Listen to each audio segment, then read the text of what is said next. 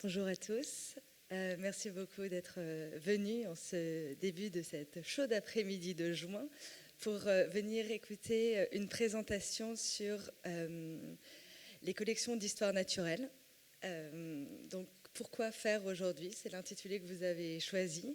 Je pense qu'on a tous peut-être un souvenir de nos premières visites dans les musées d'histoire naturelle étant enfant, de découvrir ces grands fossiles ou ces grands mammifères naturalisés.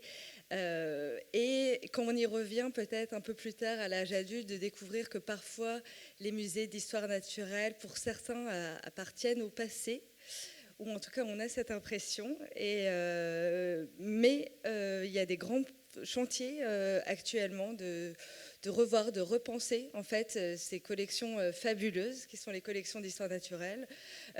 Donc là, je pense notamment au musée de Strasbourg, au musée zoologique qui est en plein chantier, mais j'ai le plaisir de recevoir et de présenter Madame Nathalie Mémoire, qui est directrice et conservatrice au Muséum de Bordeaux, et musée qui a lui aussi fait l'objet d'un grand chantier, d'un vrai chantier d'envergure pendant près de 10 ans, il me semble, et qui a rouvert ses portes en 2019, s'il vous plaît. Alors bonjour à tous. J'ai été dans le programme placé dans l'actualité pour la raison que vous venez d'évoquer, mais bien entendu, le thème de l'animal est central pour les muséums et pour les collections d'histoire naturelle. Alors je vais vous présenter rapidement un parcours dans ce musée rénové avec l'objectif de vous donner envie de venir le découvrir sur place. Mais avant de commencer ce parcours, eh bien, je vais vous proposer non, c'est pas ça. Voilà. De vous interroger avec nous sur cette question. Faut-il collectionner la nature aujourd'hui? Et pourquoi faire? À quoi servent ces collections? Cette question, nous l'avons donc envisagée dans le projet scientifique et culturel en vue de cette rénovation, donc dès le début des années 2000, 2006 pour le dépôt du projet. Mais alors qu'il nous semblait que le propos était relativement évident dans les préoccupations de nos contemporains aujourd'hui, avec la montée de l'intérêt pour les enjeux de l'environnement, bien entendu, eh bien, la relation entre ces collections d'histoire naturelle et ces enjeux ne semblait pas complètement évidente pour tous. Et j'ai voulu, avec cette exposition temporaire que nous avons ouverte en novembre dernier, eh bien, essayer de donner quelques clés, quelques informations sur cette question. Hier après-midi encore, à l'occasion d'une des conférences, une des auditrices s'est interrogée en disant « Ah oui, mais avec les questions sur eh bien, de la sensibilité liée à l'approche des animaux aujourd'hui, avec les questions sur l'animalisme, eh bien, le rapport avec les collections d'histoire naturelle ne semblait pas évident pour certains. En particulier avec cette idée sans doute ancienne et véritable du point de vue historique que autrefois les muséums auraient eh bien, chassé des espèces pour les présenter dans les collections. Alors évidemment, aujourd'hui, notre propos est complètement différent et je répondais à cette personne que non, aujourd'hui, nous récupérons des animaux qui sont morts de maladie ou naturellement auprès de nos partenaires que sont les zoos, les organismes comme la Ligue pour la protection des oiseaux, l'Office de la biodiversité, ancien Office national de la chasse et de la faune sauvage, et qu'au contraire, ce que l'on va faire, c'est essayer de donner une deuxième vie à ces animaux dont les dépouilles, sinon, partent à l'équarrissage, très clairement. Et donc, on va au contraire essayer de les valoriser en récupérant la peau, le squelette, pour qu'ils servent de support à ces informations ou ce support à ce dialogue qu'on veut essayer d'instaurer avec le public autour de la protection de la biodiversité et des enjeux de l'environnement. D'où cette exposition temporaire où nous sommes partis un peu plus en amont sur la question de qu'est-ce qu'une collection en général. Qu'est-ce qu'une collection et de quand part ces pratiques. Donc pratiques liées à l'enfance, puisque pratiquement, entre 7 et 12 ans, en gros, pratiquement tous les enfants commencent à réunir des trésors, et souvent des trésors naturels, des collections de petits cailloux, de plumes, de ces objets divers, d'histoire naturelle. L'humanité à son berceau et l'enfance de l'humanité aussi collectionne, puisque dès le paléolithique supérieur, on a des traces d'embryons de ces collections naturalistes, d'objets qui sont des petits fossiles, par exemple, des petits cailloux polis qui sont réunis sans évidence d'utilisation. Et ainsi, André Leroi-Gourhan avait interprété des fossiles retrouvés dans la grotte d'Arcy-sur-Cure, ou aux Aisies, on a aussi quelques-uns de ces spécimens dans la grotte Richard, qui est une grotte du Magdalénien contemporaine donc de Lascaux, pour faire ça rapide. Donc je reviens à nos enfants qui parfois continuent une fois adultes, et donc cette pratique se poursuit, et on va avoir des collectionneurs privés qui vont continuer des collections d'entomologie, d'insectes, de coquillages, et donc ça va être une véritable passion privée. Et un certain nombre de ces collectionneurs privés vont donner leur collection au Muséum d'histoire naturelle, pour lesquels, évidemment, les objectifs seront différents. Donc, dans cette exposition, nous présentons ces différents éléments. Alors, sur cette image, une sorte d'inventaire un peu de ces différents types d'objets de collection, montrant la diversité des disciplines, donc géologie, paléontologie, zoologie, et des techniques de conservation. Mais ces collections se sont constituées dans un contexte qui va être historique, scientifique, culturel, social et politique, qui va évoluer au cours du temps. Parmi ces contextes qu'il faut évoquer, c'est la découverte du monde à la faveur des voyages commerciaux, des voyages en relation évidemment avec la colonisation, et l'Europe va ainsi découvrir le monde et réunir ses collections d'histoire naturelle qui viennent du monde entier. Ces collections sont réunies initialement pour inventorier la nature, pour apprendre à la connaître, pour pouvoir déterminer et décrire les nouvelles espèces que l'on va rencontrer autour du monde. Et ces collections qui sont dans les musées, qui servent à décrire les nouvelles espèces, sont en quelque sorte les étalons de l'espèce. On appelle ça des types, et ce sont les échantillons de référence que les chercheurs, toujours aujourd'hui, vont pouvoir venir consulter pour les comparer à d'autres espèces et qu'ils vont pouvoir éventuellement découvrir aujourd'hui. Et puis, par la suite, c'est la découverte des richesses de nos régions qui intéresseront donc les gestionnaires de collections publiques, donc les conservateurs et directeurs de muséums. Et l'un de mes prédécesseurs au muséum de Bordeaux, Henri Burguet, disait que la forêt de la Teste, aux environs du bassin d'Arcachon, contenait des richesses bien supérieures à celles de la forêt amazonienne. En toute modestie. Et puis aussi, des collections sont constituées pour enseigner dans les musées, mais dans les universités, dans les établissements secondaires. Et on voit là sur cette image des collections de reptiles en fluide, des flacons qui sont en haut de l'image, qui ont été constitués par l'école de santé navale pour former les médecins, ou en bas des modèles de l'anatomie interne. Ici d'une anodonte, donc avec deux versions de ces modèles, un de la maison d'Hérold, très active au XIXe siècle et début du XXe siècle, ou de la maison Somsau. Aujourd'hui, c'est de nouvelles techniques, de nouvelles méthodologies vont permettre de redonner de l'intérêt à ces collections historiques.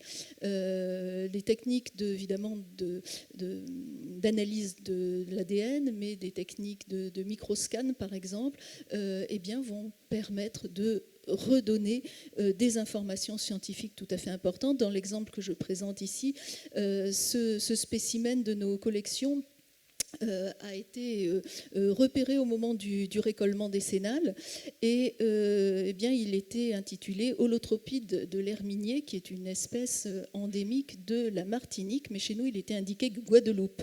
Et l'un de mes collaborateurs eh bien, avait connaissance de travaux d'archéologues sur la Guadeloupe qui ont trouvé des crânes d'une autre espèce endémique, elle, de Guadeloupe. Ils ont été comparés grâce à ces techniques de microscan à notre spécimen, qui se trouve être le seul spécimen naturalisé de cette espèce aujourd'hui éteinte. Alors, l'autre usage dont je veux vous parler particulièrement aujourd'hui, c'est le rôle de ces collections d'histoire naturelle pour sensibiliser le public. En gros, au début des années 90, après la conférence de Rio 92, on prend véritablement conscience, et nous-mêmes dans les muséums, eh bien, de la valeur patrimoniale exceptionnelle et irremplaçable de nos collections. Alors, on en avait bien conscience pour les types, qui sont des spécimens particuliers, mais disons que pour les autres, on avait un peu l'impression que c'était, comme la raison pour laquelle ils avaient été collectés, des échantillons qu'on pourrait toujours renouveler.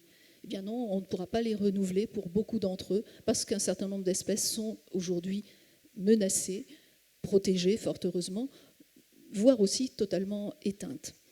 Et donc ces collections sont véritablement aujourd'hui un support pour pouvoir répondre aux préoccupations autour de l'environnement, transmettre et expliquer les données de la recherche et, nous l'espérons, susciter les prises de conscience et les engagements donc, des citoyens. En tout cas, le projet scientifique et culturel du Muséum de Bordeaux a été construit dans ce sens.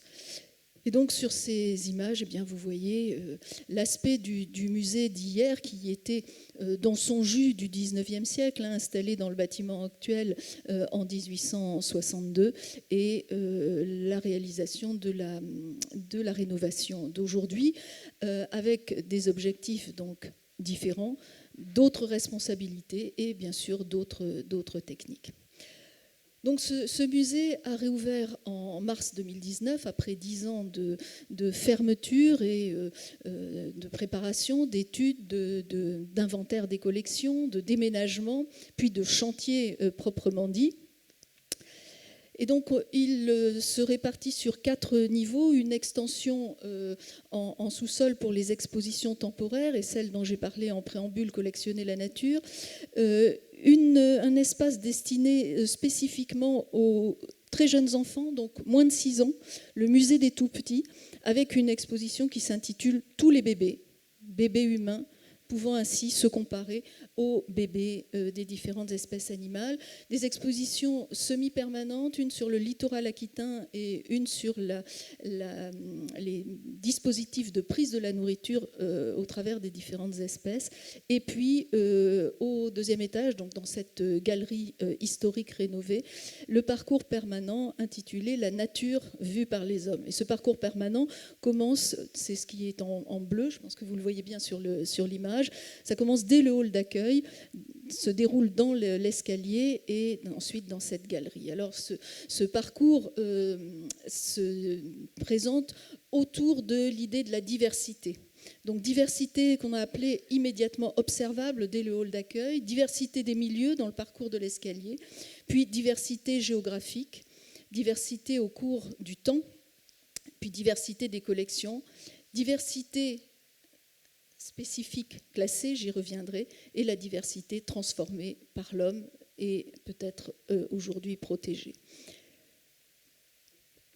L'idée était qu'on voulait donner envie aux visiteurs dès l'entrée, dès le hall d'accueil, avant d'acheter son billet. Et donc, ce qu'on a appelé diversité observable se décline ici sur cette thématique étonnante diversité. On veut véritablement commencer par simplement émerveiller le visiteur. Diversité juste observable au premier coup d'œil, bien une diversité des couleurs à travers la nature, monde minéral et vivant, végétal ou animal. Puis la diversité des tailles, avec quelques petits et quelques grands. Vous voyez un troglodyte mignon à côté d'un albatros, les plus petites et plus grandes espèces d'oiseaux. Ou chez les mammifères, eh bien, notre éléphant naturalisé au XIXe siècle, dite Miss Fanny, éléphante de ménagerie, en clin d'œil aux éléphants et rhinocéros qui ont été présentés ce matin. Et puis tout en bas, ce que vous ne voyez à peine, c'est une musaraigne qui est au pied de Miss Fanny, donc une petite espèce de mammifère.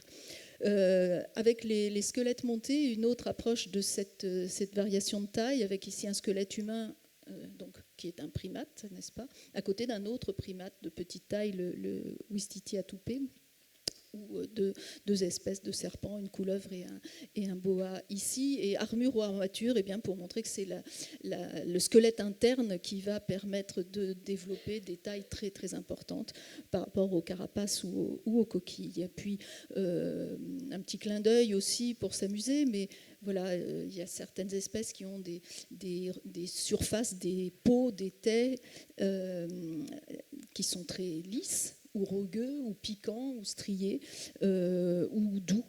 Donc les exemples que nous montrons ici, et puis l'expérience visiteur de pouvoir toucher les plumes ou les fourrures ou les écailles. Diversité des formes géométriques dans la nature ensuite.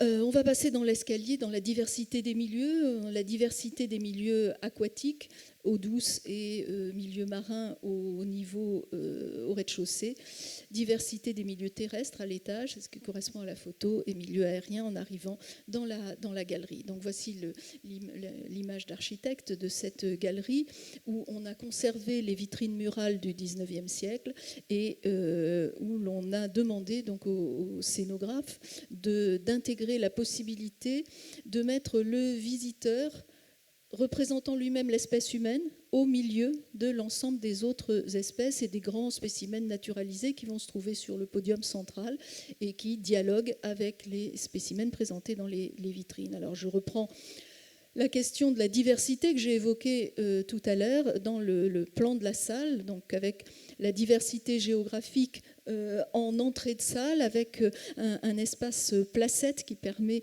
donc aux visiteurs de s'installer éventuellement avec un médiateur qui va donner des informations complémentaires, et puis diversité passée, diversité des collections, etc., en faisant le tour de la salle. Donc voilà la salle telle qu'elle est finalement réalisée aujourd'hui.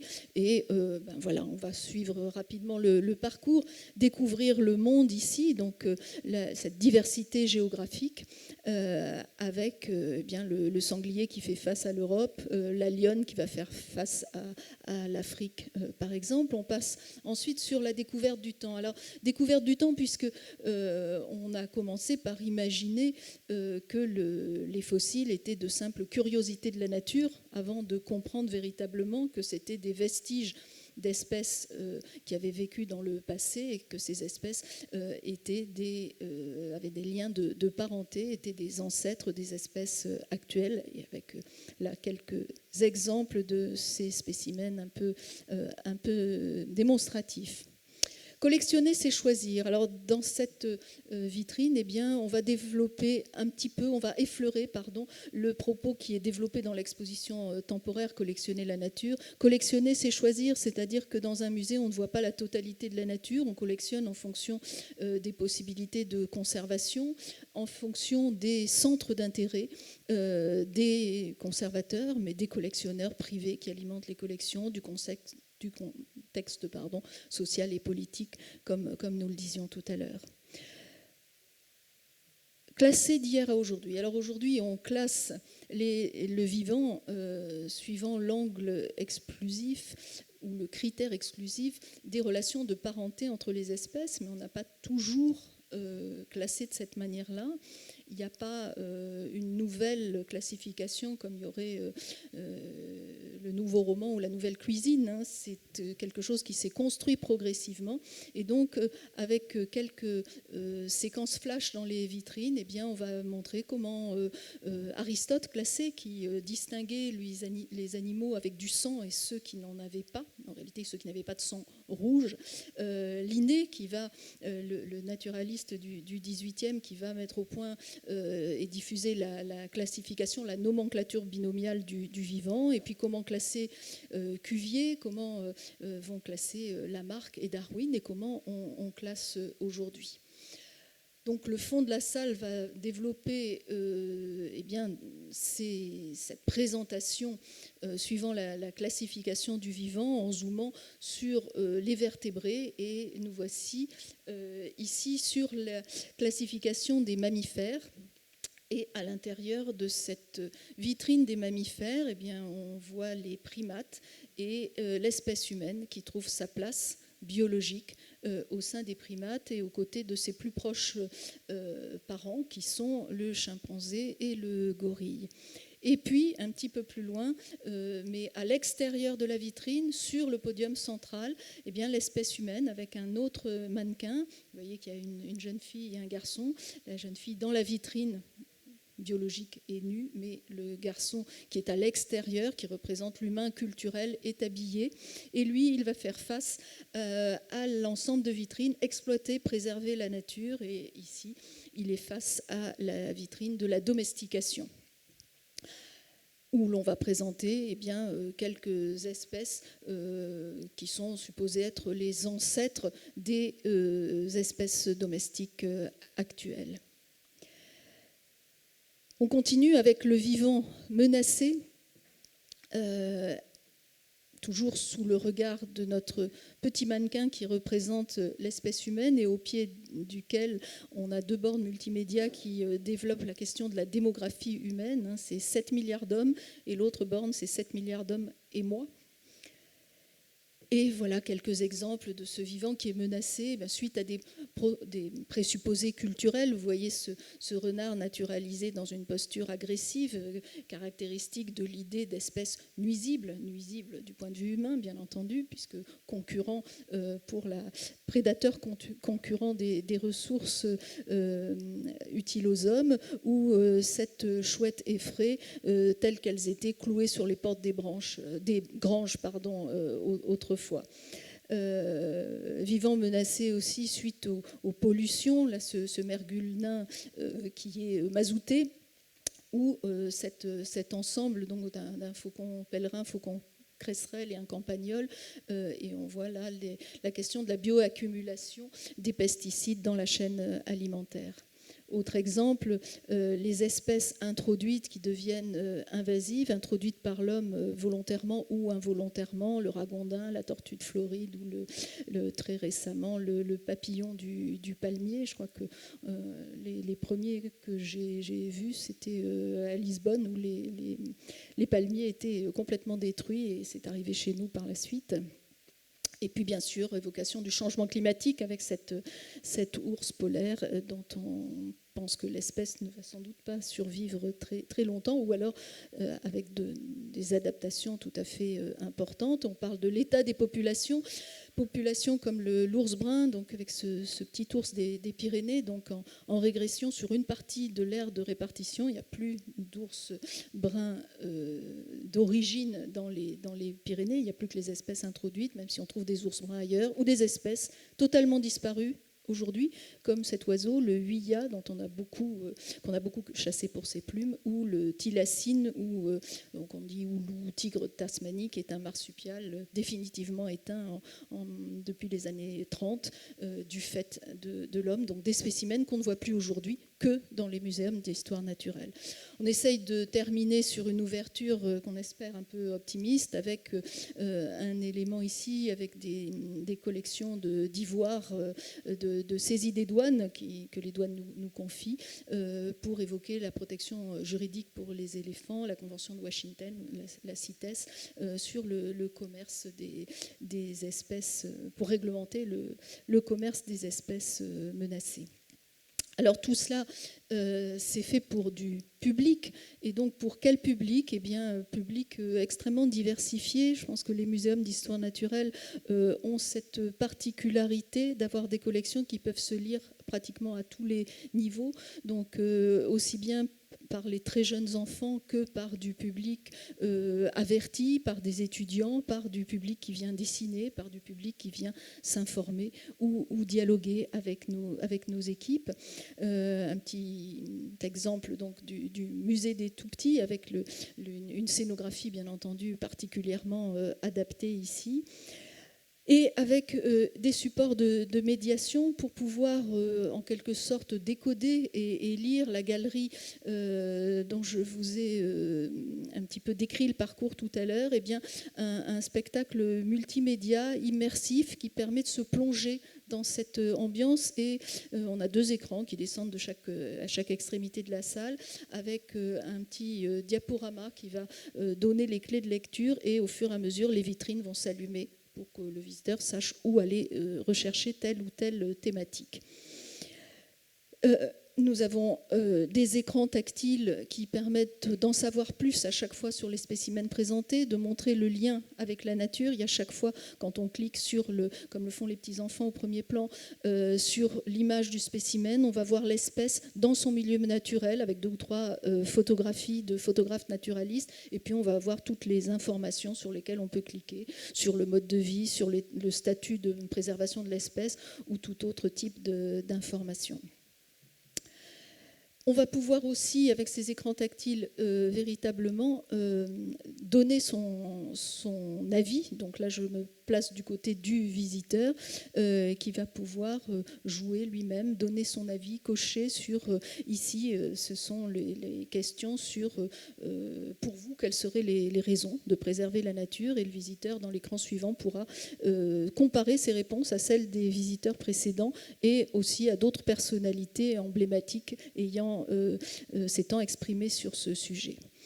Je termine ici par ce qui va être le plus important peut-être, c'est la mise en place dans notre musée d'une médiation scientifique humaine, c'est-à-dire que nous n'avons pas de gardien de musée traditionnel. Il y a une équipe de sécurité à l'entrée, mais ensuite dans les salles, eh bien, ce sont des médiateurs scientifiques. Ils ont une blouse blanche pour qu'on les reconnaisse et qu'on les identifie. C'est un peu l'image d'Épinal comme chercheurs. Et donc, ils sont au niveau Master 2, ils ont une formation naturaliste et une expérience de médiation. Et ils vont au-devant des visiteurs, ils prêtent l'oreille, ils écoutent quelles sont les interrogations, les visiteurs vont vers eux et ils vont pouvoir véritablement adapter le discours, les réponses aux questions et écouter les retours des visiteurs sur ces différents sujets que nous envisageons, avec aussi un chariot du médiateur, ce que vous voyez ici, où ils vont pouvoir aussi montrer de près quelques éléments. Ce chariot du médiateur et ces objets, ce sont des appâts à visiteurs en quelque sorte, c'est pour pouvoir commencer à engager la conversation à l'aide d'objets que l'on va montrer de plus près. On va sortir aussi, et je termine sur ces 2 dernières images, on va sortir du musée avec un dispositif qu'on a appelé le Muséum chez vous, créé pendant la fermeture du musée, que nous avons poursuivi pour aller vers bien les personnes qui sont éloignées, soit physiquement dans les EHPAD ou les résidences pour personnes âgées, soit dans les écoles rurales du département qui ont des difficultés à se déplacer, et donc tout ceci permettant la transmission entre les générations. Je vous remercie de votre attention.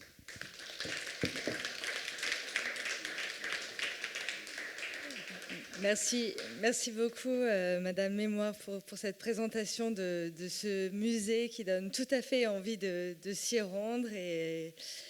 Et voilà, donc je pense que vous nous avez séduit, l'ensemble de la salle. Je pense qu'il y a probablement des questions. Nous avons encore quelques petites minutes. Donc, si vous voulez poser des questions, en savoir un peu plus sur cette belle institution. Oui. C'était pas exactement une question, c'était plus un point. Est-ce que tout le monde entend? Je vais vous donner le micro. En fait, je voulais savoir si on pouvait, est-ce qu'il y avait une forme de filiation entre, vous savez, la Chambre des Merveilles, le Naturalia, le cabinet de curiosité, et puis aujourd'hui depuis le 19e siècle, les musées d'histoire naturelle. Je voulais savoir, et peut-être avant même le studio Lot, est-ce que je veux dire, est-ce qu'il y a une filiation ou est-ce que c'est faux? Alors, en tout cas pour nous, au Muséum de Bordeaux, il n'y a pas historiquement l'étape cabinet de curiosité. Voilà. Le premier établissement, la première collection privée qui rentre dans nos fonds est déjà une collection d'histoire naturelle. Et c'est une collection qui a été constituée dès le milieu du XVIIIe siècle. Hein. On a des témoignages écrits dès 1750 de cette collection qui rentre chez nous en 1804, qui a été réalisée par un richissime armateur bordelais qui sillonne, enfin, dont les vaisseaux sillonnent les mers du globe. Il s'appelle Bonaventure Journu et c'est son fils qui poursuit la collection et qui la donne donc en 1804. Déjà, il la sauve de la Révolution française et des saisies. Et donc, on a un écrit du pasteur Allman, qui est un contemporain et correspondant de Linné, qui dit que cette collection est formidable et qu'elle est déjà classée en genre et en espèces, suivant la nomenclature de Linné. Donc, qui est déjà une collection d'histoire naturelle proprement dite et pas un cabinet de curiosité. Merci beaucoup. Est-ce que dans l'ensemble des muséums que nous avons en France, le muséum de Bordeaux a une particularité, soit en termes de scientifiques, soit en termes de forme de médiation, puisque c'est l'un des derniers ouverts avec, je crois, celui d'Orléans. Donc ça, c'est ma première question. La deuxième, c'est est-ce que la question de l'homme, parce que là, c'est le regard de l'homme sur la nature, mais l'homme lui-même... il y a des muséums qui ont aussi des restes humains, enfin, qui abordent aussi l'extra-européen, donc l'ethnographie humaine d'un point de vue géographique. Comment vous vous positionnez sur ce paysage français ? Alors, deux collections. Du point de vue des particularités, je pense que vraiment avec la réouverture de musées, c'est notre originalité, ça va être vraiment ces dispositifs de médiation et l'idée d'avoir un lieu où on va pouvoir venir et revenir, où il faut se sentir bien, se sentir confortable, où on peut s'asseoir où on veut, où on peut venir échanger, on peut juste venir admirer l'éléphant, ou on peut venir véritablement en savoir plus sur la classification phylogénétique. Donc l'idée, c'est que on va pouvoir tirer des tiroirs, cliquer ou pas sur les bornes. Donc c'est permettre l'accueil à cette diversité de public et les médiateurs scientifiques qui vont véritablement pouvoir répondre de façon efficace. On n'a pas besoin d'avoir, je pense en tout cas, des niveaux de lecture écrits différents. On a un niveau moyen et après ce sont les bornes et les médiateurs qui permettent de répondre à tous. Du point de vue donc, de la place de l'homme, nous n'avons pas de collection d'ethnographie, ni même, j'allais dire, de collection de préhistoire. Ce qui était tout à fait étonnant, c'est que, par exemple, dans les années 1920-22, on a récupéré... La ville de Bordeaux a récupéré une collection complète de préhistoire, donc les fouilles de la grotte de Père-non-Père, entièrement fouillées par le fouilleur François Dallot. Et la ville a décidé de mettre au muséum la collection de faune et de mettre au musée d'Aquitaine la collection d'industrie. Ce qu'on ne ferait pas aujourd'hui, cette séparation complète de cette collection. Donc on a... un muséum qui avait un peu exclu l'homme. Sauf qu'on a quand même des collections de crânes, des collections de squelettes humains. Et moi, j'ai voulu remettre véritablement l'homme au sein de la nature, mais là, c'est peut-être un point de vue militant, pour véritablement réintégrer l'espèce humaine dans le vivant et puis travailler sur ce regard, cette nature vue par les hommes et vue différemment par les hommes et les femmes au cours du temps et avoir une perspective historique finalement de ce regard. Merci beaucoup. Je suis vraiment désolée. En fait, on n'a plus le temps en fait pour d'autres questions. Et je pense que vous pouvez vous adresser après la conférence à Madame Melmois. J'ai 2 ou 3 petits catalogues du musée ou de l'exposition que je n'ai pas envie de ramener à Bordeaux. Donc, si certains d'entre vous veulent les prendre et continuer de regarder. Je vous remercie. Un grand merci. Merci encore.